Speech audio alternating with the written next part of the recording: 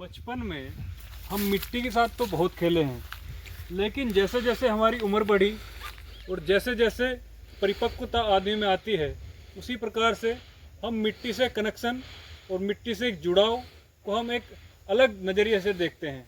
लेकिन भगवान धन्वंतरी धाम अनुसंधान संस्थान ने आप सभी के लिए चिकित्सा का कार्य भी शुरू करा दिया है।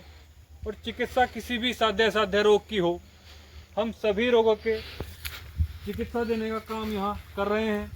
हमारे सहयोगी यहाँ निरंतर अपनी सेवाएं दे रहे हैं और इन्हीं कुटियाओं में हम पूर्ण तरीके से प्राकृतिक चिकित्सा को लोगों को मुहैया करा रहे हैं। और यहाँ हम अंदर देखेंगे कि किस प्रकार हमारे ईश्वर द्वारा दी गई एक अनमोल पैथी है, जिसको निरंतर हमारे सहयोगी अभी रोगी आए हुए हैं और इनको पेट पर मिट्टी का लेपन इन्होंने किया हुआ है। और निरंतर इस लेप को 10-15 मिनट यहाँ रखेंगे। और मिट्टी का एक विशेष गुण है, इसमें पंच महाभूत अग्नि जल भी है, वायु भी है, आकाश भी है। और ये 10 से 15 मिनट यहाँ इस रोगी के पेट पर रखेंगे। इससे पहले इन्होंने इनका जो है एनिमा इनको दिया और हमारे सहयोगी निरंतर इनकी देखरेख और नाड़ी परीक्षण भी इनका करते रहते हैं।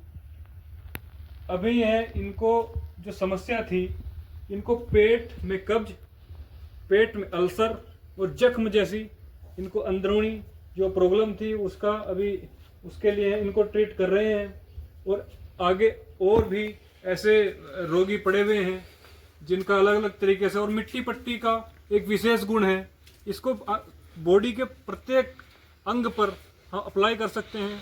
याद रहे कि मिट्टी स्वच्छ और उसमें किसी भी तरह का कंकरीला पत्थर नहीं होना चाहिए। और इसी प्रकार जैसे हमने अपने इन रोगी को ये मिट्टी पट्टी की पैथी दी है, उसी से इनका पूरा हम बॉडी को डिटॉक्स कर देंगे।